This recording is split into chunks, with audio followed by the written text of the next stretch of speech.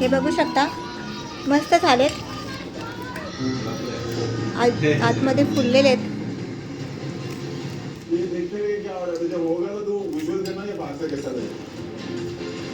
Crispy आहे. सगळ्यात आधी मी एवढ्या प्रमाणामध्ये शेंगदाणे घेते आहे. 2 बटाटे मी ऑलरेडी उकडायला लावलेले आहेत. एवढा साबुदाणा मी रात्रभर भिजत घातला आहे. व्यवस्थित फुलला आहे तो मस्त. हे बघा, रात्रभर भिजत घाला, साबुदाणा छान फुलतो. किंवा मग सकाळी घातला तरी दुपारी करता येतो अशा पद्धतीने, किंवा दुपारी घातला तर संध्याकाळी करता.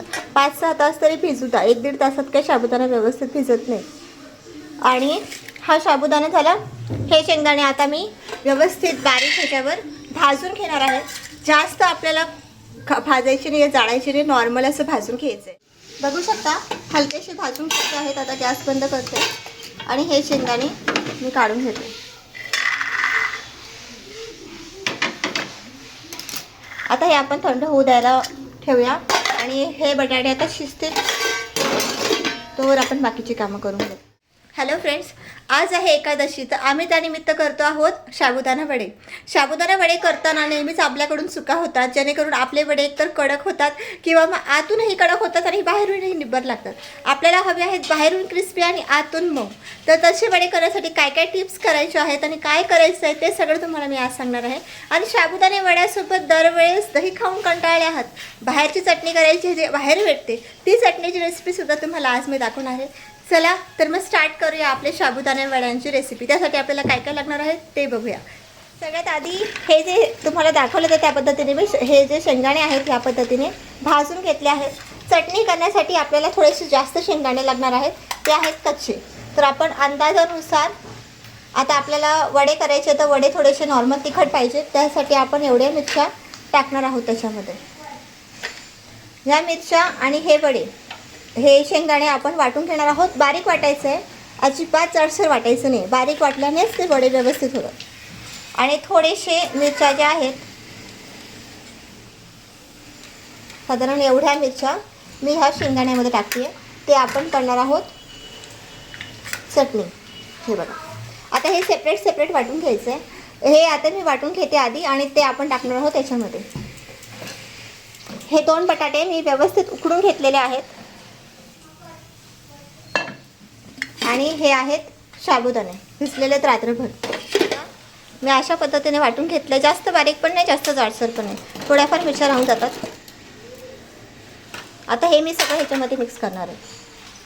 आता हे आहे ना, याच्यामध्ये मी साखर टाकली आहे थोडीशी, साधारण मी एवढी साखर टाकली आहे आणि चवीनुसार मीठ टाकलं आहे. आता हे आपण व्यवस्थित बारीक करून घ्यायचं आहे मिक्सीमध्ये. अशा पद्धतीने कन्सिस्टन्सी ठेवली मी. तुम्हाला थोडं पातळ हवं असेल तर तुम्ही करू शकता, पण अशी चांगली लागते टेस्ट. खूपच पातळ पण नाही चटणी लागत. ओके, ही झाली आपली चटणी. ह्याला जर आपल्याला फोडणी द्यायची असेल तर फक्त तेलाची देऊ शकतो आपण, कारण जिरे वगैरे आमच्यात तर काही चालत नाही. पण तुमच्यात जर जिरे चालत असतील तर तुम्ही याला जिऱ्याची फोडणी देऊ शकता. वरून थोडंसं तेल घ्यायचं गरम, त्याच्यामध्ये जिरे टाकायचे आणि ही वरून तेल टाकून द्यायचं. आता मी तुम्हाला फक्त ह्याच्यात तेल टाकून दाखवते.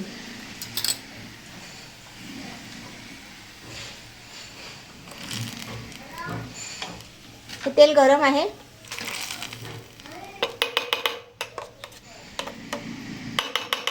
याने काय होईल, फक्त टेस्ट येईल चांगली, बस. जास्त नाही टाकलं, नॉर्मल. ही झाली आपली चटणी रेडी. आता आपल्याला वड्याची तयारी करायची आहे. तर हे जे साबुदाणे होते आणि ही मिरची हे याच्यात टाकते, म्हणजे मला मिक्स करायला व्यवस्थित आहे. मला जरा पकडणार बघा. अशा पद्धतीने हे मिक्स करून घ्यायचं आहे मला. पण ह्यात अंदाजे जितकं मीठ आपल्याला लागेल तितकं मीठ टाकायचं आहे. आता ह्याला 2 चमचे टाकते मी. आता हे व्यवस्थित मिक्स करून घ्यायचं.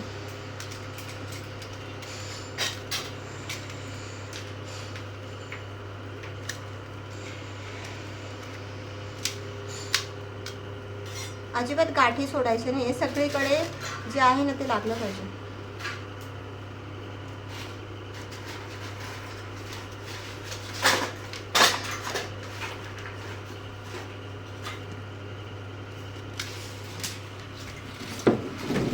हे बटाटे आहेत ना त्याच्यामध्ये स्मॅश करून टाकायचे. तेल देतोय, थांब ना जरा.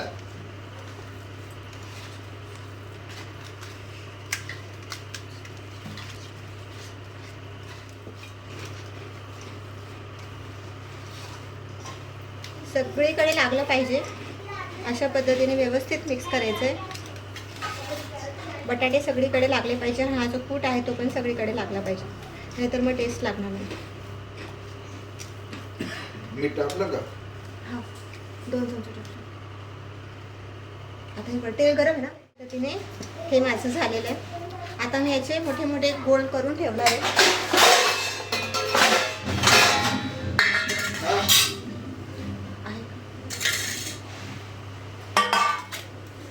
आपल्याला जसे वडे पाहिजे ते त्याच पद्धतीने आपण तसे लाडू करून ठेवायचे. छोटे हवे असेल तर छोटे, मोठे हवे असेल तर मोठे, जेणेकरून आपल्याला तळायला इझीच आहे. ते असे दाबून दाबून भरायचे आधी. लाडू कसे भरतो तशा पद्धतीने ते करून ठेवायचं साईडला. चपटे करून ठेवू नका, त्याला लगेच ते चिरा पडतात त्याला. हे अशाच पद्धतीने करा, जेणेकरून तुमचे जे वडे आहेत ते फुलतील छान.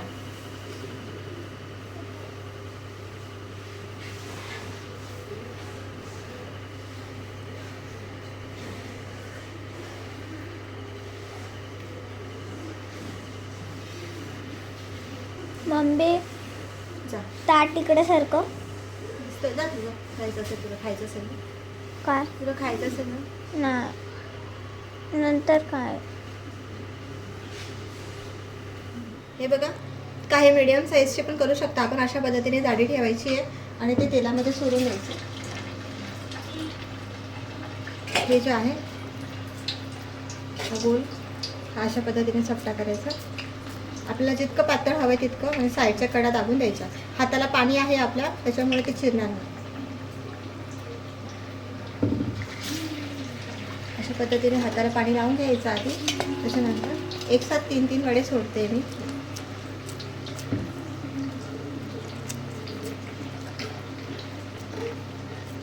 एकसारखं दाबायचं, मध्ये मागे थोडंसं जाडसर ठेवायचं. अशा पद्धतीने हे बघा.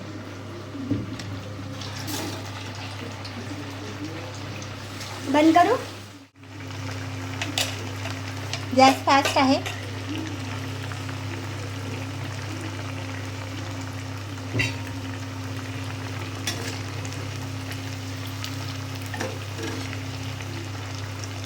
खालून होऊ द्यायचं, नंतर पलटी करायचं. अशा पद्धतीने होता येते.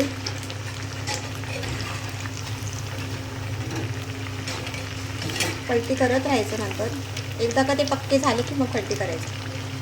सारखं पलटी करायला गेलो ना आपण फुटून जाते. आता हे होऊन द्यायचं पुढच्या साईडचे व्यवस्थित. पलटी केलं ना तो खराब होऊन जाते.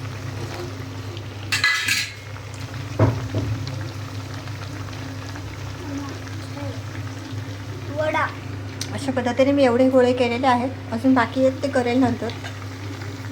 वडे मागते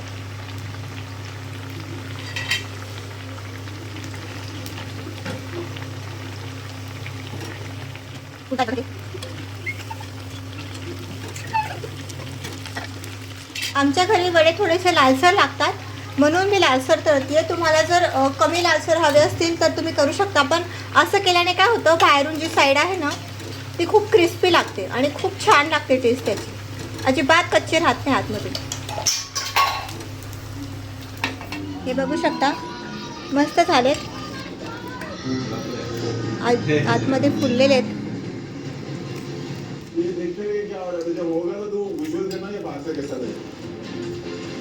क्रिस्पी आहे.